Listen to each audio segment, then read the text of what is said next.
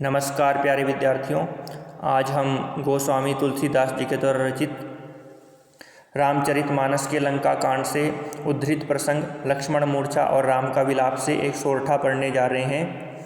इस सोरठा में कवि ने लक्ष्मण के मूर्छित होने पर राम के विलाप करने और हनुमान के लंका में वापस संजीवनी बूटी लेकर के आने का वर्णन किया है। तो आइए सोरठा प्रारंभ करते हैं। प्रभु प्रलाप सुनिकान विकल भय वानर निकर।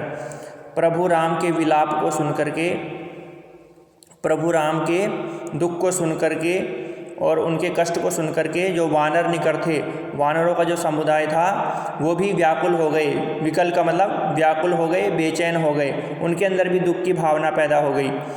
आयव गौ हनुमान जिमी करुणामह वीर रस। लेकिन इसी बीच में क्या होता है, हनुमान जी जो है संजीवनी बूटी लेकर के लंका में पहुंच जाते हैं। तो जो दुख का वातावरण था, जो कष्ट का वातावरण था, जो करुणा का वातावरण था, वो एकदम से किसमें बदल जाता है, नए उत्साह, नई उमंग, नई तरंग में बदल जाता है। तो जैसे जो दुख का वातावरण था, जो दुख का माहौल था, वो एकदम से, जो करुणा का माहौल था वो एकदम से वीर रस में बदल जाता है। तो वीर रस में जो भाव होते हैं, नया उत्साह होता है, नई उमंग होती है, नई तरंग होती है।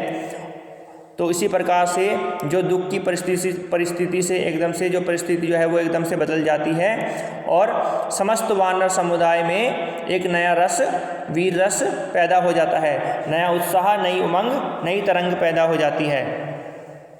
आगे देखिए कवि क्या कह रहे हैं। हर्षि राम भेटौ हनुमाना अति कृतज्ञ प्रभु परम सुजाना। हर्षि राम भेटौ हनुमाना, और राम जी ने जो है खुश होकर के भेटौ हनुमाना, हनुमान को अपने गले से लगा लिया कि तुम जो है संजीवनी बूटी लेकर के आ गए हो। अति कृतज्ञ प्रभु परम सुजाना, और एक समझदार व्यक्ति की तरह अब उनके प्रति अपना आभार प्रकट किया। तुरंत वैद्य तब कीनी उपाय, और जब जो है संजीवनी बूटी लेकर के हनुमान लंका में आ जाते हैं तो जिस वैद्य ने उन्हें संजीवनी बूटी लाने के लिए कहा था, तुरंत वैद्य तब कीनी उपाय, उन्होंने तुरंत ही जो है लक्ष्मण का उपचार करना शुरू कर दिया। और उठी बैठे लक्ष्मण हर्षाई, और उपचार होने के बाद लक्ष्मण जब ठीक हो गए तो वो उठ करके बैठ गए।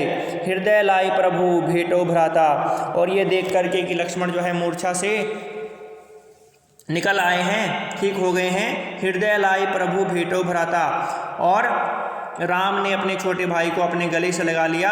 हर्षे सकल भालू कपि भ्राता, और ये सब देख करके जो वानरों का समुदाय था, जो भालुओं का समुदाय था, भ्राता, भ्राता शब्द का अर्थ यहाँ पर समुदाय से है। तो हर्षे सकल भालू कपि भ्राता, जो वहाँ पर भालुओं का समुदाय था, जो वानरों का समुदाय था, वो भी क्या हो गया, खुश हो गए वो सब भी। कपि पुनि वैद्य तहाँ पहुँचावा, और कपि, कपि यहाँ पर वैसे तो कपि शब्द का अर्थ जो है वानर होता है, बंदर होता है, लेकिन कपि यहाँ पर हनुमान के लिए कहा गया है।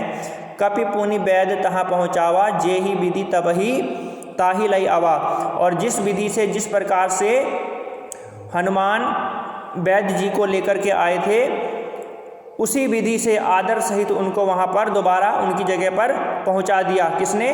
हनुमान जी ने। यह वृत्तांत दशेनन सुनेऊ, और ये सब जो घटनाक्रम था, ये घटनाक्रम किसने सुना? यह वृत्तांत दशानन सुनेऊ, यह वृत्तांत जो है रावण ने सुना। अति विषाद पुनि पुनि सिर धुनेऊ, और जो है दुख के कारण बार बार अपने सिर को पकड़ करके पीटने लगा, दुख मनाने लगा, कष्ट मनाने लगा।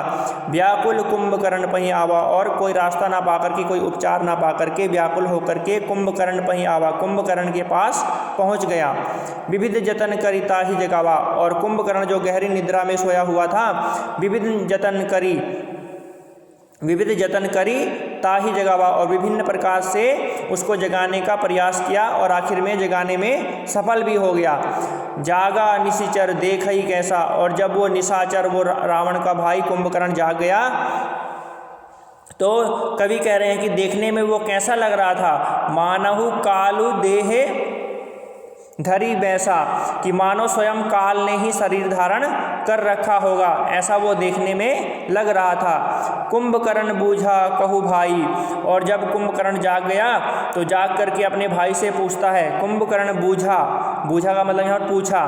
कुंभकर्ण ने अपने भाई से पूछा, कहु भाई, कहो भाई, काहे तब मुख रहे सुखाई, तुम्हारा मुख मुझे इस प्रकार से सूखा हुआ मलिन क्यों दिखाई दे रहा है, तुम्हें किस बात का कष्ट है, तुम इस प्रकार से दुखी क्यों दिखाई दे रहे हो।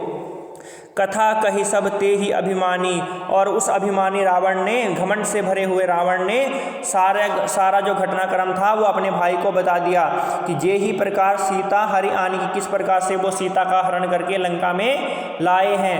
तात कपिन सब निशिचर मारे, हे भाई कपिन, वानरों ने सभी राक्षसों को मार गिराया है। हमारी सेना में जो एक से बढ़कर एक योद्धा थे वो सब भी मारे गए हैं। महायोद्धा संहारे, यानी हमारे सेना में जो एक से बढ़कर एक योद्धा थे वो सब भी मारे गए हैं। तो उनमें से वो कुछ के नाम भी लेता है। दुर्मुख नाम का राक्षस था, सुररिपु नाम का राक्षस था, मनुज आहारी नरांतक नाम का राक्षस था, ये सब मारे गए हैं। इसके अतिरिक्त भट्ट अतिकाय नाम का योद्धा था, वो भी मारा गया है। एक दूसरा योद्धा था जिसका नाम अकंपन था, वो भी मारा गया है।